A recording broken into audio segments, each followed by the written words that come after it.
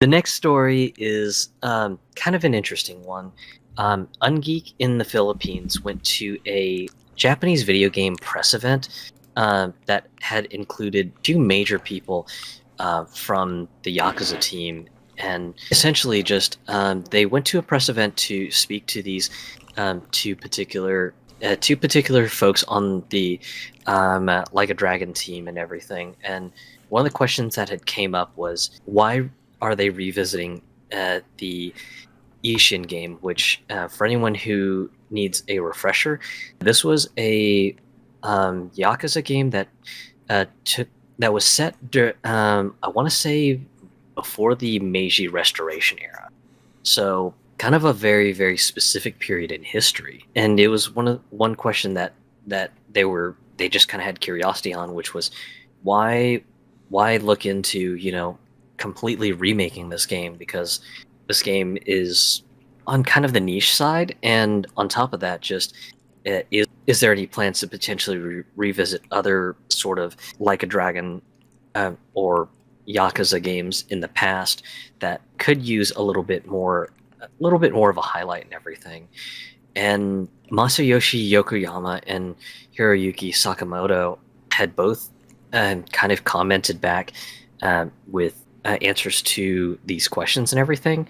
And one of the big points that they made was the fact that just they had wanted to kind of give the Ishin game a little bit more of a chance, but bigger piece was more towards the question about if there could be a potential chance to revisit any of the other spin-off games in the past. And one game that ended up being mentioned in this big press event was they had mentioned that they would love to revisit Like a Dragon Kenzan, which was a PS3 game. And it takes place within a similar historic era, so a little bit before the Meiji Restoration era. So think samurais, ninjas, and stuff like that. And where it gets interesting was they had mentioned that if the sales on the Ishin remake actually meet expectations, then potentially a Kenzan remake could be in the cards. It's interesting to hear this, but unfortunately, I have a bit of a cynical take on that. But I'll pass this off to you to see what you thought about this piece of news. See, I didn't even know there was a second spinoff, to be completely honest. And I will admit, Yakuza is a game series that I'm not very well versed in. I've always been interested in it to a certain extent. Like, I played the original on PS2 and actually really liked it. But I never stayed current on it for whatever reason. I just didn't do it. I knew about Ishin from an old 1UP video from the 1UP show. God, that's a long time ago. Good Lord. Remember the 1UP show? Yeah. Yeah. They showed that game for whatever reason on an episode one time. I was like, oh, well, that's interesting. And that and they kept saying it's never coming here, whatever. But now I guess since Yakuza is popular, they're putting that out here. I did not know about this other one right here, but it makes sense that they're going to wait and see how the spinoff does in order to release that other spinoff, because I think this is a test to see exactly like how popular the Yakuza brand. Well, now it's Like a Dragon, or what the Yakuza brand is at this point. But that's weird too, because they're going to release the spinoff to see how strong the sales go, while renaming the entire series something different and hoping that the entire fan base is going to know that when the new one comes out. I don't know about you, but I don't think that's going to turn out very well when it comes to that, especially if they're renaming the entire series when the spinoff comes out. I think if they kept it Yakuza, Like a Dragon, Ishin, then I think that would have been a lot better. It might be a mouthful, but at least you would have that, and then make the next line one with the main character from Like a Dragon to be Like a Dragon 2, and then that would make complete sense because people would be like, "Oh, okay, yeah, that's from the Like a Dragon series. I get it, cool." They're probably going to look at this one and go, "Oh, Like a Dragon Ishin is just like the JRPG Yakuza," and be like, "Oh no, wait a minute, that's not what this is. That's weird. Why?" This could be a problem, I think, for the spin-off. What do you think? Honestly, Sega's been doing a really good effort to bring awareness that the English name for the series is going to be Like a Dragon. They've been doing quite a bit of marketing, so I don't really see it as being a problem, especially since the games have always been, at least for the West, something that has always been kind of word of mouth. That Mm. the marketing has been primarily word of mouth. So honestly, in my opinion, I don't really see the name issue as that big of a deal. And I know it seems weird with the renaming, but I know Sega's Western departments have come out and said that the reason for the renaming is they want the brand name to be consistent throughout the world and everything. Because the Japanese name for the series is Ryuga Go Toko, which literally means to be like a dragon, and that's why just they've gone forward with this whole rebrand and everything. Overall, just as much as I would love to see more of the spin-off games and maybe get a little bit of a nicer, I guess, remake treatment, I don't think the Ishin sales are going to be strong. Just Mm.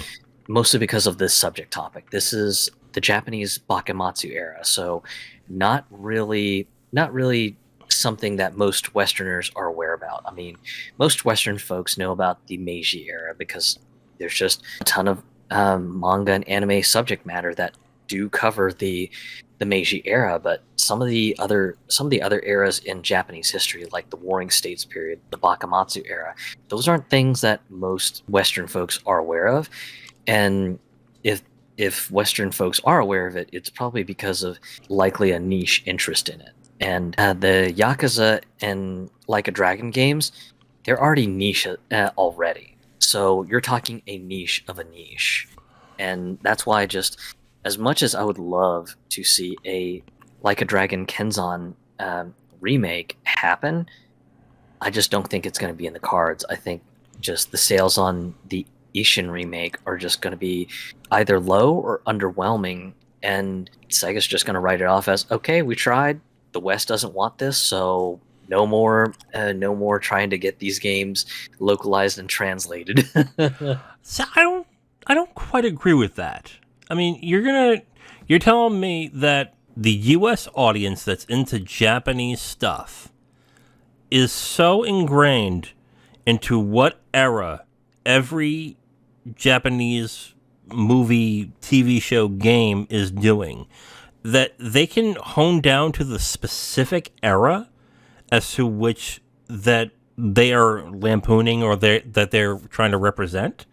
I just think, in all honesty, even though people are really into Japanese anime, Japanese movies, Japanese games, and this and that, they just like the culture around it. Like, if there's samurais in it, they're good. If there's ninjas in it, they're good. If it's samurais, they're good. I don't think they're going to look at it and go, yeah, but that's not the era that I'm used to. That's not the... I don't even know the eras, I'm sorry. I think they're just going to look at it and go, well, there's samurais in it. I like samurais. That sounds cool. Like, Yeah, if Ghost of Tsushima can rack all sorts of big sales, I don't see why this can't. I just think and I know you think the renaming is not that big of a deal. I think it might not be a big deal, but it's enough of a deal to harm sales. And also there's word of mouth and if the game is good and that stuff too.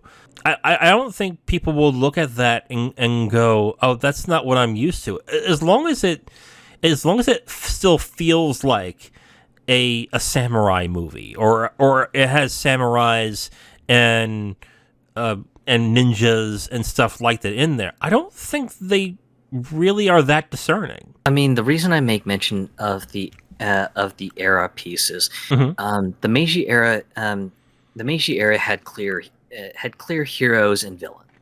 I Mm-hmm. mean, that's where just it's a little bit easier to follow. Whereas stuff like stories about the Bakematsu era, they're more political. It's more kind of there's a lot of gray areas. Not everyone who is good is truly good, but not everyone who's bad is truly bad.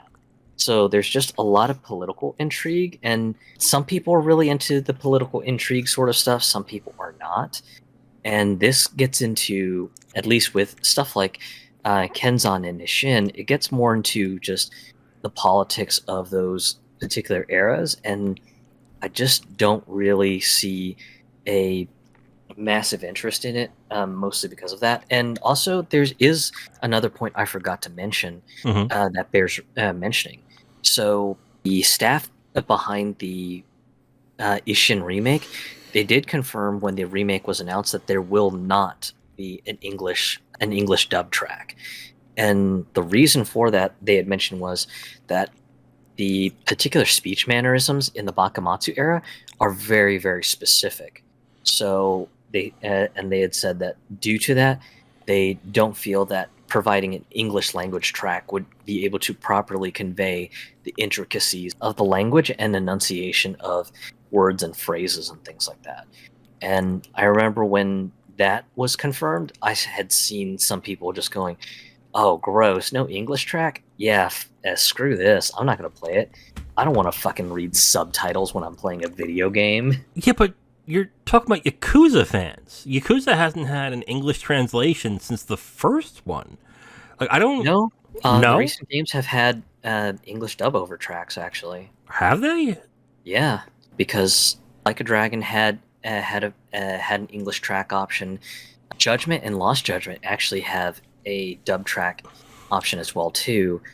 I cannot remember if Yakuza 6 did or not, but Huh. there's that, and I believe Yakuza 2 Kiwami had a English track. That one I am not 100% on. But yeah, there have been a couple of the Yakuza games in the last couple years that have gotten complete dub over tracks and everything. Though, to Judgment's credit, the English track isn't a one-for-one translation of the Japanese language track.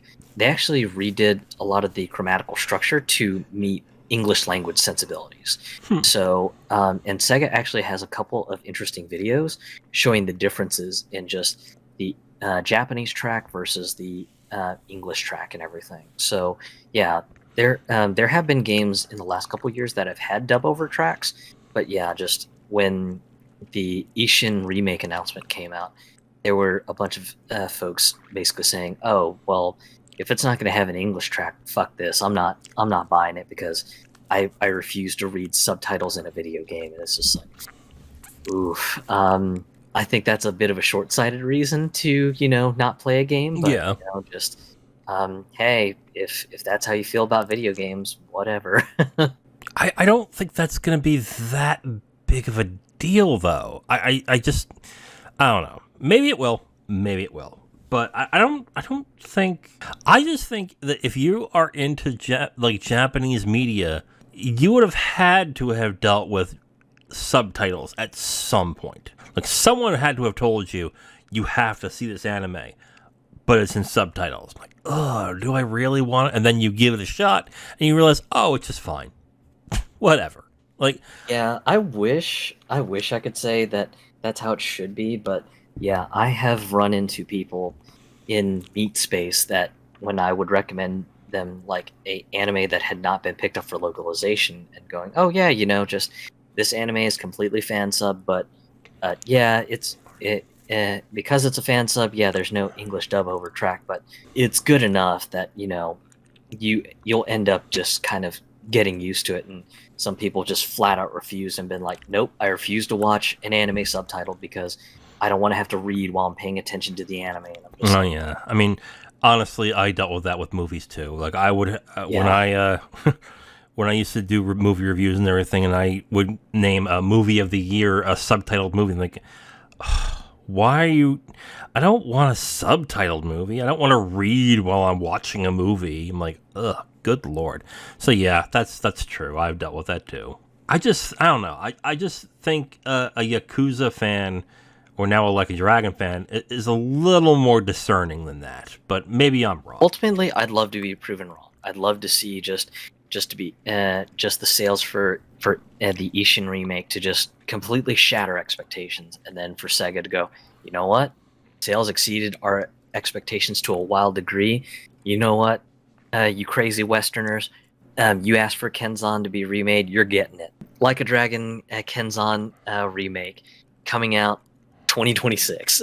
Yeah. Yeah, so we will see when, if that happens. We'll have to deal with Ishin's sales, but we also haven't seen the last of the marketing with it, so maybe something will happen where we'll get people excited to try it. Thank you for listening to this podcast segment. The Capital Games podcast is done every week, and we post it on all your favorite podcast apps, as well as segments on YouTube. If you want to listen to another segment, you can listen to a new one right there on the screen. We also do a movie podcast called the Capital Games Movie Club. If you'd like, you can go ahead and click on that and see all the movies that we have reviewed from that point. Thank you for listening, and we hope to hear from you soon.